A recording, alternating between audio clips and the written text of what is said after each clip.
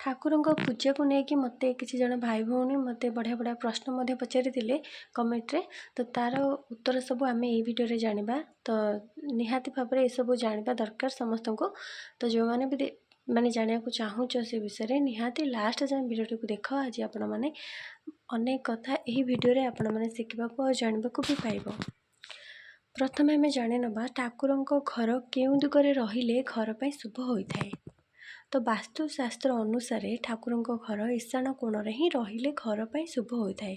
ପ୍ରାୟତଃ ସମସ୍ତେ ଈଶାନ କୋଣରେ ହିଁ ଠାକୁରଙ୍କର ଘର କରନ୍ତି। କିନ୍ତୁ ଯଦି କିଛି ଅସୁବିଧା ଅଛି, ଈଶାନ କୋଣରେ ଠାକୁରଙ୍କ ଘର ନ ହେଇପାରୁଛି, ତାହେଲେ ପୂର୍ବ ଦିଗରେ ଠାକୁରଙ୍କର ଘର ସ୍ଥାପନା କରିବା ଉଚିତ। ଏହା ଘର ପାଇଁ ମଧ୍ୟ ବହୁତ ଶୁଭ ଅଟେ। ଯେମିତିକି ଯଦି ଆପଣ ପୂର୍ବ ଦିଗକୁ ଠାକୁରଙ୍କ ଘର କରିବେ, ତାହେଲେ ଠାକୁରଙ୍କର ମୁହଁ ପଶ୍ଚିମକୁ ରହିବ। ଯିଏ ପୂଜା କରିବେ ତାଙ୍କର ମୁହଁ ପୂର୍ବକୁ ରହିବ। ଏହା ହିଁ କଲେ ଭଲ। ଯଦି ଘରେ ପୂର୍ବ ଦିଗରେ ଠାକୁର ଘର ଆପଣ କରିପାରୁନାହାନ୍ତି, କିଛି ଅସୁବିଧା ଅଛି, ପୂର୍ବ ଦିଗରେ କିଛି ହେଇପାରୁନି, ତାହେଲେ ଆପଣମାନେ ଉତ୍ତର ଦିଗରେ ଠାକୁରଙ୍କ ଘର ତିଆରି କରିପାରିବ। ଠାକୁରଙ୍କ ମୁଖ ଦକ୍ଷିଣକୁ ରହିବ, ଯିଏ ପୂଜା କରିବେ ତାଙ୍କ ମୁହଁ ଉତ୍ତରକୁ ରହିବ। ଏମିତି ଆପଣମାନେ ଦୁଇଟି ଦିଗରେ ଠାକୁରଙ୍କ ଘର କରିପାରିବେ ବାସ୍ତୁଶାସ୍ତ୍ର ଅନୁସାରେ। କିନ୍ତୁ ଈଶାନ କୋଣରେ ଆମେ ଠାକୁରଙ୍କ ଘର ପ୍ରସ୍ତୁତ କଲେ ବହୁତ ଭଲ। ଯଦି ହେଇପାରୁନି, ପୂର୍ବ କିମ୍ବା ଉତ୍ତର ଦିଗ, ଏଇ ଦୁଇଟି ଦିଗ ଠାକୁର ଘର ପାଇଁ ମଧ୍ୟ ସବୁଠାରୁ ଭଲ ଅଟେ।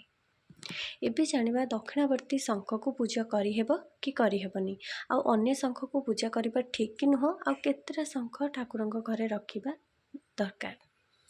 ତା ପୂର୍ବରୁ ଯେଉଁମାନଙ୍କୁ ଭିଡ଼ିଓଟି ପସନ୍ଦ ଆସୁଛି, କିଛି ଶିଖିବାକୁ ମିଳୁଛି, ସମସ୍ତେ କମେଣ୍ଟରେ ଜୟ ମା ଲକ୍ଷ୍ମୀ ଲେଖନ୍ତୁ ଏବଂ ଆପଣମାନଙ୍କ ଉପରେ ମା ଲକ୍ଷ୍ମୀଙ୍କର କୃପା ସେମିତି ସବୁବେଳେ ରହିଥାଉ। ଭିଡ଼ିଓଟିକୁ ମଧ୍ୟ ଗୋଟିଏ ଲାଇକ୍ କରିବାକୁ ଭୁଲିବେନି। ଘରେ ଦକ୍ଷିଣାବର୍ତ୍ତୀ ଶଙ୍ଖକୁ ପ୍ରତ୍ୟେକ ଦିନ ପୂଜା କରିବା ଉଚିତ। ପୂର୍ବ ଦିନର ପାଣିକୁ ବଦଳେଇକି ଶୁଦ୍ଧ ଜଳ ରଖିକି ତା ପରଦିନ ତୁଳସୀ ପତ୍ର, ଫୁଲ, ଚନ୍ଦନ, ସିନ୍ଦୁର ଲଗାଇ ଧୂପ ଦୀପ ଦେଇକି ଯେମିତି ପୂଜା କରିବା କଥା, ସେମିତି ସବୁଦିନ ଦକ୍ଷିଣାବର୍ତ୍ତୀ ଶଙ୍ଖକୁ ପୂଜା କରିବା ଉଚିତ। ପାଣି ସବୁଦିନ ଚେଞ୍ଜ ହେବ, ବଦଳେଇବେ। ଯେମିତି ଫୁଲ, ତୁଳସୀ ପତ୍ର ଦେଇକି ପୂଜା କରୁଛନ୍ତି ସେମିତି ପୂଜା କରିବେ। ଚନ୍ଦନ, ସିନ୍ଦୁର ଲଗାଇକି ଧୂପ ଦୀପ ଦେଇକି ପୂଜା କରିବେ। ଶଙ୍ଖ ହେଉଛନ୍ତି ପଞ୍ଚଜନ୍ୟ। ଶ୍ରୀକୃଷ୍ଣ ଯେଉଁ ଶଙ୍ଖ ଧାରଣ କରିଥାନ୍ତି ତାହା ପଞ୍ଚଜନ୍ୟ ହିଁ ହୋଇଥାଏ। ଶଙ୍ଖ ପୂଜା କରିବା ଉଚିତ। ଫୁଙ୍କିବା ଶଙ୍ଖକୁ ଯେତେବେଳେ ଶଙ୍ଖ ଆପଣମାନେ ବଜେଇ ସାରିବେ, ସେତେବେଳେ ମଧ୍ୟ ଧୋଇକି ସବୁଦିନ ରଖିବେ, ସେମିତି ରଖିଦେବେନି। ଆଉ ଶଙ୍ଖକୁ କେବେ ତଳେ ରଖିବନି, ଗୋଟିଏ ପ୍ଲେଟ୍ ଉପରେ ନହେଲେ ଏକ କପଡ଼ାରେ ହିଁ ରଖିବ, କିନ୍ତୁ ତଳେ କେବେ ଶଙ୍ଖକୁ ରଖିବନି। ଅନ୍ୟ ଶଙ୍ଖମାନେ ଯେମିତିକି ଠାକୁର ଘରେ କେବଳ ଦକ୍ଷିଣାବର୍ତ୍ତୀ ଶଙ୍ଖ ଆଉ ଫୁଙ୍କିବା ଶଙ୍ଖ ହିଁ ରହିବେ, ଦୁଇଟି ଶଙ୍ଖ ରହିବେ। ଆଉ ଅନ୍ୟ ଶଙ୍ଖ କିଛି ଆପଣ ଆଉ ରଖିବେନି ଠାକୁର ଘରେ। ଯେମିତିକି ଦୁଇଟି ଦକ୍ଷିଣାବର୍ତ୍ତୀ ଶଙ୍ଖ ହେଉ କି ଦୁଇଟି ଫୁଙ୍କିବା ଶଙ୍ଖ ହେଉ, ଠାକୁରଙ୍କ ଘରେ କେବେ ରଖିବେନି। କେବଳ ଦକ୍ଷିଣାବର୍ତ୍ତୀ ଶଙ୍ଖ ଗୋଟିଏ, ତା ସହିତ ଫୁଙ୍କିବା ଶଙ୍ଖ ଗୋଟିଏ, ଏହି ଦୁଇଟି ଏକା ସହିତ ହିଁ ରହିବେ। ବାକି ଆଉ ଅଲଗା କିଛି ଶଙ୍ଖ ଠାକୁରଙ୍କ ଘରେ ରହିବେନି କି ପୂଜା ହେବେନି। ଏହା ଠାକୁରଙ୍କ ଘର ସେଟା ଠାକୁରଙ୍କ ଘରେ ରହିଲେ ଘର ପାଇଁ ହିଁ ଭଲ ନୁହଁ। ଦିଟା ଶଙ୍ଖ କେବେ ରହିବେ ନାହିଁ। ଠାକୁରଙ୍କୁ ଫୁଲ ଦେବା ବେଳେ ଯଦି ଫୁଲ ତଳେ ପଡ଼ିଯାଏ, ତାହେଲେ ସେହି ଫୁଲକୁ ପୁଣି ଥରେ ଠାକୁରଙ୍କୁ ଆମେ ସଜେଇ ପାରିବା କି ନାହିଁ।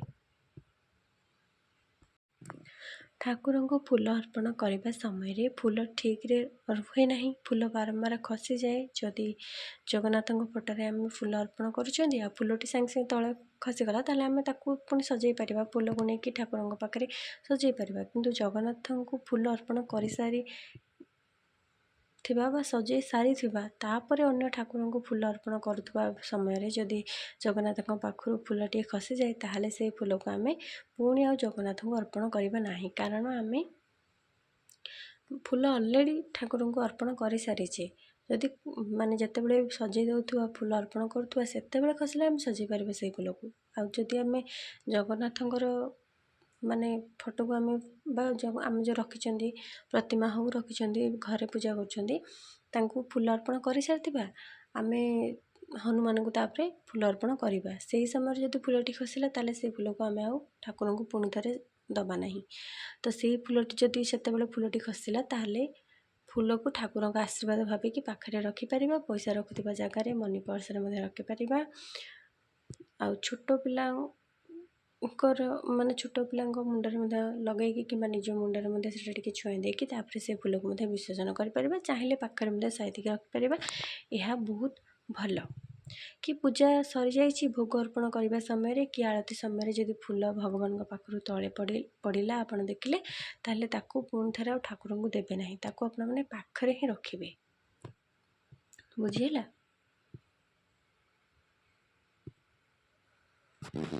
ଏବେ ଜାଣିବା ମୁଖ୍ୟ ଦ୍ୱାରରେ ଯେଉଁ କଳସ ବସେ, ସେହି କଳସକୁ ରାତିରେ ଘରକୁ ଆମେ ନେଇ ଆସିବା କି ସେଠି ସେମିତି ବସିଥିବ। ମୁଖ୍ୟ ଦ୍ୱାରରେ ଯେଉଁ କଳସ ବସେ ତାହା ଉଠେ ନାହିଁ, ସେଠି ସବୁବେଳେ ହିଁ ବସିଥିବେ। ଧରି ନିଅନ୍ତୁ ଆଜି ସକାଳେ କଳସ ଆପଣ ବସେଇଲେ, ଯାଇକି କାଲି ସକାଳୁ ହିଁ କଳସ ଉଠିବ। ଆଉ ରାତିରେ କେବେ ଆପଣମାନେ ସେ କଳସକୁ ଘରକୁ ଆଣିବେନି। ମାନେ ସକାଳୁ କଳସ ଉଠେଇକି ଧୁଆଧୁଇ କରିକି ସେଥିରେ ଶୁଦ୍ଧ ଜଳ ଯେମିତି ସବୁବେଳେ ଭରୁଛନ୍ତି ସେମିତି ଶୁଦ୍ଧ ଜଳ ଭରିବେ, ଗଙ୍ଗା ଜଳ ଦେବେ, ଫୁଲ ଅରୁଆ ଚାଉଳ ରଖିବେ, ଆମ୍ବ ଡାଳ ରଖିବେ, ସିନ୍ଦୁର ଚନ୍ଦନ ଦେଇକି ଧୂପ ଦୀପ ବୁଲେଇବେ। ଯେମିତି ପ୍ରତିଦିନ କଳସ ବସେଇଥାନ୍ତି ସେମିତି ବସେଇବେ, କିନ୍ତୁ ତାକୁ ଉଠେଇକି ପୁରା ଘରକୁ ରାତିରେ ଆପଣ ନେଇ ଆସିବେ ନାହିଁ। ଯେଉଁମାନେ ବି କଳସରେ ସମ୍ପୂର୍ଣ୍ଣ ବିଧି ନ କରିପାରୁଛନ୍ତି, କିଛି ନହେଲେ ବି କଳସରେ ଶୁଦ୍ଧ ଜଳ ଗଙ୍ଗା ଜଳ ଟିକେ ଭରିକି ତାପରେ ଫୁଲଟିଏ ପକାଇ ଦେଇକି ସିନ୍ଦୁର ଚନ୍ଦନ ଲଗେଇକି ମଧ୍ୟ ସବୁଦିନ ପୂଜା କରନ୍ତୁ। ଏହା ମଧ୍ୟ ଘର ପାଇଁ ବହୁତ ଭଲ, କିନ୍ତୁ ରାତିରେ କେବେ କଳସ ସେଠୁ ଉଠାନ୍ତିନି। ବୁଝିହେଲା? ତ ଠାକୁରଙ୍କ ପାଖରେ ଭୋଗ ଲଗାଇବା ସମୟରେ 3 ଥର ପାଣି ଛଡ଼ାଯାଏ କାହିଁକି? ଆମେ ଜାଣିଛନ୍ତି ଯେତେବେଳେ ଭୋଗ ନୈବେଦ୍ୟ ଅର୍ପଣ କରାଯାଏ ସେତେବେଳେ 3 ଥର ପାଣି ଛଡ଼େଇକି ଆମେ ଭୋଗ ନୈବେଦ୍ୟ ସବୁ ଅର୍ପଣ କରିଥାନ୍ତି। ତ ଏମିତି କାହିଁକି କରାଯାଏ? ଆସନ୍ତୁ ଏବେ ଜାଣିବା। ଠାକୁରଙ୍କ ପାଖରେ ଭୋଗ ଅର୍ପଣ କଲାବେଳେ 3 ଥର ପାଣି ଛଡ଼େଇବାର କୌଣସି ବିଧି ନାହିଁ, ଯେ ଏମିତି ମାନେ କରିବାର କିଛି ବିଧି ହିଁ ନାହିଁ। କିନ୍ତୁ ଏହା କେବଳ ଭଗବାନଙ୍କର ଆଚମନ ଉଦ୍ଦେଶ୍ୟରେ ହିଁ କରାଯାଇଥାଏ। ଅର୍ଥାତ୍ ଠାକୁରଙ୍କର ହାତ ଗୋଡ଼ ଧୋଇବା ଉଦ୍ଦେଶ୍ୟରେ ଆଚମନ କରାଯାଏ। ଏହାର ଅର୍ଥ ହେଉଛି ଆଚମନ କରିବା। ତ ସମସ୍ତଙ୍କ ପାଖରେ ଆଚମନ ପାତ୍ରଟିଏ ନଥାଏ।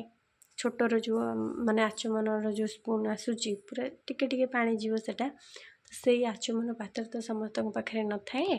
ତ ସେଥିପାଇଁ ସମସ୍ତେ ଜଳପାତ୍ରଟିଏ ଧରି, ମାନେ ଛୋଟ ପିତ୍ତଳ ଗ୍ଲାସ୍ ହଉ, ପିତ୍ତଳ କଳସ ହଉ, ଜଳପାତ୍ରଟିଏ ଧରି ସେଥିରେ ପାଣି ଆଣି ଫୁଲ ତୁଳସୀ ପତ୍ର ଧରି ପାଣି ସମସ୍ତେ ଛଡ଼େଇଥାନ୍ତି। କାହିଁକି ନା ଠାକୁରଙ୍କର ହାତ ଗୋଡ଼ ଧୋଇଦେବା ଉଦ୍ଦେଶ୍ୟରେ ଏମିତି କରାଯାଏ, ଆଚମନ କରାଯାଏ। ଆମେ ଯେମିତି ଭୋଜନ ପୂର୍ବରୁ ହାତ ଗୋଡ଼ ଧୋଇକି ଖାଇଥାନ୍ତି, ଠିକ୍ ସେମିତି ଠାକୁରଙ୍କୁ ଭୋଗ ଅର୍ପଣ କରିବା ପୂର୍ବରୁ ଠାକୁରଙ୍କର ଆଚମନ କରାଯାଏ।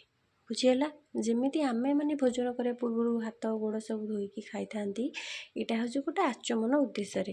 ତ ଆପଣମାନେ ଯେତେବେଳେ ବି ଏମିତି ପାଣି ଛଡ଼ଉଛନ୍ତି, ଭଗବାନଙ୍କ ଆଚମନ ଉଦ୍ଦେଶ୍ୟରେ ଗୋଡ଼ ଧୋଇଦେଲେ, ହାତ ଧୋଇଦେଲେ, ଏମିତି ଭାବିକି ଏମିତି ସ୍ମରଣ କରିକି ଭଗବାନଙ୍କୁ ଆପଣ ଏମିତି ଆଚମନ କରିବେ। ସେଇଥିପାଇଁ ହିଁ ଏଇଟା କରାଯାଏ। ଏବେ ଜାଣିବା ଘରେ ସକାଳେ ସମସ୍ତେ ଶୋଇଥିବା ସମୟରେ ଠାକୁରଙ୍କୁ ପୂଜା କରାଯାଏ କି କରାଯାଏନି। ଦେଖନ୍ତୁ, ମାନେ ଏମିତି ତ ନିୟମ ନାହିଁ ଯେ ପୂଜା ଡେରିରେ ହେବ। ତ ସବୁବେଳେ ପୂଜା ବ୍ରହ୍ମ ମୁହୂର୍ତ୍ତରୁ ହିଁ କରାଯାଏ। ବ୍ରହ୍ମ ମୁହୂର୍ତ୍ତରୁ କଲେ ହିଁ ଭଲ। ତ ପୂଜା ସବୁବେଳେ ବ୍ରହ୍ମ ମୁହୂର୍ତ୍ତରୁ ସକାଳୁ ସକାଳୁ ହୁଏ। ଭୋର 4ଟାରୁ 6ଟା 7ଟା ଏଇ ଭିତରେ ହିଁ ପୂଜା ଠାକୁରଙ୍କର ପ୍ରାୟ ହୋଇଥାଏ। ସମସ୍ତେ ବି ଏହି ସମୟରେ ହିଁ କରନ୍ତି। ଯେଉଁମାନଙ୍କର କିଛି କାମ ଥାଏ, କିଛି ସମୟର ଅଭାବ ଥାଏ, ସେମାନେ ହିଁ ଦିନ 10ଟା 11ଟାରେ ମଧ୍ୟ ପୂଜା କରିଥାନ୍ତି। ତ ଏହା ଠିକ୍ ନୁହେଁ, କିନ୍ତୁ ବ୍ରହ୍ମ ମୁହୂର୍ତ୍ତରେ ହିଁ ଠାକୁରଙ୍କ ପୂଜା କଲେ ସବୁଠାରୁ ଭଲ। କିନ୍ତୁ ଏଇ ଯେଉଁ ସକାଳ ସମୟଟା, ଛୋଟ ପିଲାମାନେ ସକାଳୁ ସକାଳୁ ଉଠନ୍ତି ନାହିଁ, ସେମାନେ ଶୋଇଥାନ୍ତି। ଆଉ ଘରେ ଯଦି ବୟସ୍କ ଲୋକ ଅଛନ୍ତି, କିଛି ମାନେ ଅସୁସ୍ଥ ଲୋକମାନେ ଅଛନ୍ତି, ସେମାନେ ତ ଉଠିନଥାନ୍ତି, ସେମାନେ ନିହାତି ରେଷ୍ଟ ନେଇଥାନ୍ତି, ବିଶ୍ରାମ ନିଅନ୍ତି, ଶୋଇଥାନ୍ତି। କି ସ୍ୱାମୀମାନେ ହେଲେ ମଧ୍ୟ ଅଫିସରୁ କାମ ସାରି ରାତିରେ ଲେଟ୍ରେ ଫେରନ୍ତି, ଆଉ ଲେଟ୍ରେ ମଧ୍ୟ ଶୋଇଥାନ୍ତି, ତେଣୁ ସେହି ମଧ୍ୟ ଉଠିନଥାନ୍ତି। କିନ୍ତୁ କିଛି ଜଣ ସ୍ୱାମୀ ଏମିତି ମଧ୍ୟ ଥାନ୍ତି ଯେଉଁମାନେ କି ସକାଳୁ ସକାଳୁ ଉଠିକି ଗାଧୋଇ ପାଧୋଇ ନିଜେ ଠାକୁର ପୂଜା ମଧ୍ୟ କରନ୍ତି, ସ୍ତ୍ରୀଙ୍କୁ ମଧ୍ୟ ସାହାଯ୍ୟ କରନ୍ତି ପୂଜା କରିବାରେ। କିନ୍ତୁ କିଛି ଜଣ ଥାଆନ୍ତି ସେମିତି ଶୋଇକି ହିଁ ରହନ୍ତି, ଲେଟ୍ରେ ଉଠନ୍ତି। ତ ଆମେ ଯେହେତୁ ଗୃହସ୍ଥୀ ଧର୍ମ ପାଳନ କରୁଛନ୍ତି, ଘରେ ଆମେ ଯେହେତୁ ରହୁଛନ୍ତି, ସମସ୍ତଙ୍କ ସହିତ ଆମକୁ ରହିବାକୁ ପଡ଼ିବ, ମିଳିମିଶିକି ରହିବାକୁ ପଡ଼ିବ। ସବୁ ନୀତି ନିୟମ ମାନିବା ବି ଆମର ସମ୍ଭବ ହୁଏ ନାହିଁ, ମାନେ ବହୁତ ସମୟ ଲାଗିଥାଏ। ସେଥିପାଇଁ ତ ଯେମିତି କରିପାରିବା, ଆମେ ଯେତିକି ମାନିପାରିବା ସେତିକି ହିଁ ଆମେ ମାନିଥାନ୍ତି। ତେଣୁ ସକାଳୁ ସକାଳୁ ଯଦି ଘରେ ପିଲାମାନେ ଶୋଇଛନ୍ତି, କି ବୟସ୍କମାନେ କେହି ଶୋଇଛନ୍ତି, କି ସ୍ୱାମୀ ବି ଶୋଇଛନ୍ତି, ତାଙ୍କୁ ଶୋଇବାକୁ ଦିଅନ୍ତୁ। ଆପଣ ଯଦି ତାଙ୍କୁ ଡାକିବେ, ସାଙ୍ଗେ ସାଙ୍ଗେ ସେ ଚିଡ଼ଚିଡ଼ା ହେବେ, ବିରକ୍ତ ହେବେ ଆପଣଙ୍କ ଉପରେ, ଆଉ ଆପଣଙ୍କୁ ପୂଜା କରିବାକୁ ବି ଆଉ ମନ ଲାଗିବନି, ଗୋଟେ ମନଟା ମୁଡ୍ ଅଫ୍ ହେଇଯିବ ନା। ଆପଣ ଯେଉଁ ଭାବରେ ଉଠିଛନ୍ତି ଗାଧଉଛନ୍ତି ଯେ ଠାକୁରଙ୍କୁ ପୂଜା କରିବେ, ଆପଣଙ୍କୁ ଯଦି ସକାଳୁ କିଏ ଚିଡ଼ଚିଡ଼ି କରିବ ତ ଆପଣଙ୍କୁ କିନ୍ତୁ ଭଲ ଲାଗିବନି ନା। ତ ସେ ଯଦି ଶୋଇଛନ୍ତି ଶୋଇଥାନ୍ତୁ, ଆପଣ ଆପଣଙ୍କର କାମ ଯେମିତି କରିବା କଥା କରନ୍ତୁ, କାରଣ ଆଗକୁ ଆପଣଙ୍କର ରୋଷେଇବାସ ବି କରିବାର ଅଛି, ସମସ୍ତଙ୍କ ପାଇଁ ଟିଫିନ୍ ତିଆରି କରିବାର ଅଛି, ପିଲାମାନଙ୍କ କଥା ବୁଝିବାର ଅଛି। ତ ସେଥିପାଇଁ ଆପଣ ଆପଣଙ୍କର କାମ କରନ୍ତୁ, ପୂଜା ହିଁ ଶୀଘ୍ର ସାରି ଦିଅନ୍ତୁ। କାହିଁକିନା ସେମାନଙ୍କୁ ଡାକିଲେ ତ ସେମାନେ ଉଠିବେନି, କି ଉଠିଲେ ବି ସେମାନେ ଆଉ କିଛି କରିବେନି, ଓଲଟା ଆପଣଙ୍କ ଉପରେ ବିରକ୍ତ ହେବେ, ଆପଣଙ୍କର ପୂଜାରେ ଆଉ ମନ ଲାଗିବନି, ଆପଣ ଡିଷ୍ଟର୍ବ ରହିବେ। ଯଦି ଆପଣ ପୂଜା କରିବା ସମୟରେ ଘଣ୍ଟି ଶଙ୍ଖ ବାଜିବା ଶବ୍ଦରେ ଯଦି ସେମାନେ ନିଜେ ମନକୁ ମନ ଉଠି ଯାଆନ୍ତି, କିଛି ଜଣ ପିଲା ବି ଉଠିଯାଆନ୍ତି, ଉଠିକି ଯଦି ସେମାନେ ମୁହଁ ହାତ ଧୋଇକି ଯଦି ଆପଣଙ୍କ ପୂଜାରେ ସାମିଲ ହେଇପାରୁଛନ୍ତି ଗାଧୋଇ ପାଧୋଇ, ତାହେଲେ ବହୁତ ଭଲ କଥା। ନହେଲେ ଆପଣ ତାଙ୍କୁ ବାଧ୍ୟ କରିବା କଥା ହିଁ ନୁହଁ, ପୂଜା କଲେ ବି ହେବ। ହଁ, ଆଉ ଗୋଟେ କଥା, ଯଦି ଅଲଗା ରୁମ୍ ଅଛି ଆମର ଠାକୁରଙ୍କୁ ପୂଜା କରିବା ପାଇଁ, ତାହେଲେ ଏଇଟା ହିଁ ଆମେ କରିପାରିବା। କିନ୍ତୁ ଯଦି ସେଇ ରୁମ୍ରେ ଜଣେ ଶୋଇଥିବ, ପାରୁସିଆ ଶେଯ ପଡ଼ିଥିବ, ଘର ତ ଝାଡ଼ୁ ହୋଇନଥିବ, ଯାହାର ଗୋଟିଏ ରୁମ୍ ଅଛି, ଗୋଟିଏ ରୁମ୍ରେ ମାନେ ଖାଇବା ଘର, ରୋଷେଇ ଘର, ଶୋଇବା ଘର ସବୁ ସେ ଗୋଟିଏ, ଠାକୁର ଘର ସବୁ ଗୋଟିଏ, ସେମିତିରେ ଆପଣମାନେ ପୂଜା କରିବା ଉଚିତ ନୁହଁ। ସେମାନଙ୍କୁ ମାନେ ଉଠିବା ପର୍ଯ୍ୟନ୍ତ ଅପେକ୍ଷା କରିବେ, 7ଟା ପର୍ଯ୍ୟନ୍ତ ଅପେକ୍ଷା କରିବେ, ଆଗୁଆ ଗାଧୁଆ ସାରି ଦେଇଥିବେ, ତାପରେ ଆପଣମାନେ ପୂଜା କରିବେ। କାହିଁକିନା ଗୋଟିଏ ଘରେ ସେଠି ପାରୁସିଆ ଶେଯ ପଡ଼ିଥିବ, ଓଳାଓଳି ହେଇନଥିବ, ଆପଣ ପୂଜା କେମିତି କରିବେ? ତାର କିଛି ମୂଲ୍ୟ ହିଁ ନଥିବ।